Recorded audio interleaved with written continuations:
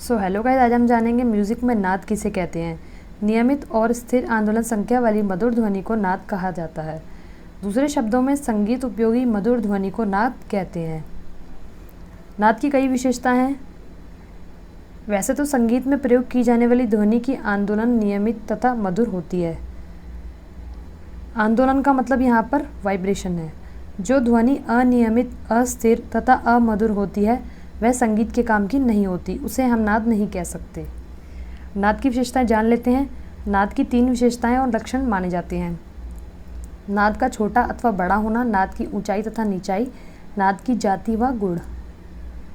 इसका मतलब है कि अगर नाद छोटा होगा, यानी कि मान लीजिए किसी इंस्ट्रूमेंट का तार हम थोड़ा सा छेड़ते हैं तो उसकी जो वाइब्रेशन है वो थोड़ी कम होगी, तो वो छोटा नाद होगा, यानी कि कम वाइब्रेशन। और अगर हम उसे ज़्यादा तेज़ी से खींचते हैं तार को तो क्या होगा, नाद बड़ा होगा, यानी कि उसकी वाइब्रेशन ज़्यादा देर तक रहेगी। तो इसी प्रकार नाद की ऊंचाई और निचाई भी होती है। जब हम तार को छेड़ते हैं किसी भी इंस्ट्रूमेंट के तो पहले वो ऊपर जाता है, फिर नीचे जाता है, उसके बाद वाइब्रेट होता है, फिर रुकता है अपने स्थान पर। तो ये इसी प्रकार से यहाँ पे एक्सप्लेन किया जा सकता है। चलिए अब जान लेते हैं कि श्रुति किसे कहा जाता है। वह नाद जिसे हम स्पष्ट रूप से सुन सकें, यानी कि वह ध्वनि जिसे हम साफ रूप से सुन सकें, समझ सकें और किन्हीं 2 नादों के बीच का अंतर बता सकें, यानी कि 2 ध्वनियों के बीच का अंतर बता सकें, उसे श्रुति कहते हैं।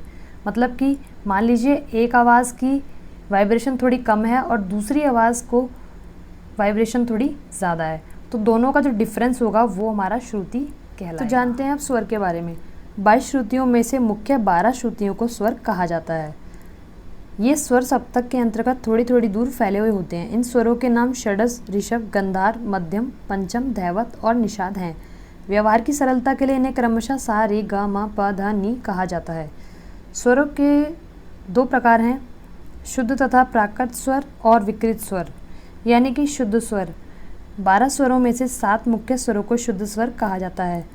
दूसरे शब्दों में जब स्वर अपने निश्चित स्थान पर रहते हैं तो शुद्ध स्वर कहलाते हैं। विकृत स्वर होते हैं, 5 स्वर ऐसे होते हैं जो शुद्ध तो होते ही हैं, साथ ही साथ विकृत भी होते हैं। जो स्वर अपने निश्चित स्थान से थोड़ा उतर जाते हैं अथवा चढ़ जाते हैं, ये विकृत स्वर कहलाते हैं। इनके भी विकृत स्वर के भी 2 प्रकार हैं, कोमल विकृत और तीव्र विकृत। कोमल के बारे में जान लेते हैं। कोमल विकृत कौन से होते हैं? जब कोई स्वर अपनी शुद्ध अवस्था यानी कि निश्चित स्थान से थोड़ा नीचा होता है तो उसे कोमल विकृत कहते हैं। तीव्र विकृत, जब कोई स्वर अपनी शुद्ध अवस्था से ऊपर होता है तो उसे तीव्र विकृत कहा जाता है, यानी कि अपने निश्चित स्थान से थोड़ा ऊंचा चला जाता है तो उसे तीव्र कहा जाता है। स्वरों को एक और दृष्टिकोण में विभाजित किया जा सकता है, चल स्वर और अचल स्वर।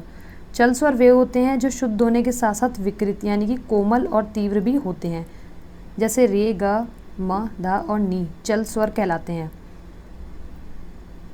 अचल स्वर वे स्वर जो सदैव शुद्ध रहते हैं, विकृत कभी नहीं होते, अचल स्वर कहलाते हैं, जैसे कि सा और पा, ये दोनों अचल स्वर हैं। आई होप आपको समझ में आ गया होगा कि इन तीनों में क्या डिफरेंस है। इन तीनों की डेफिनेशंस आपको अच्छे समझ में आ गई होंगी। गाइज़, मैं आपको एक चीज़ और बताना चाहूँगी, इस चैनल पर आपको इंपॉर्टेंट क्वेश्चंस की वीडियोस मिलेंगी, क्वेश्चन पेपर्स और उनके सॉल्यूशंस भी मिलेंगे। म्यूज़िक से रिलेटेड कोई भी जानकारी आपको चाहिए हो तो आप नीचे कमेंट सेक्शन में कमेंट कर सकते हैं, पूछ सकते हैं अपने सवालों को। यहाँ पे और भी वीडियोस हम लेके आने वाले हैं, तो चैनल पर नए हैं तो सब्सक्राइब करें।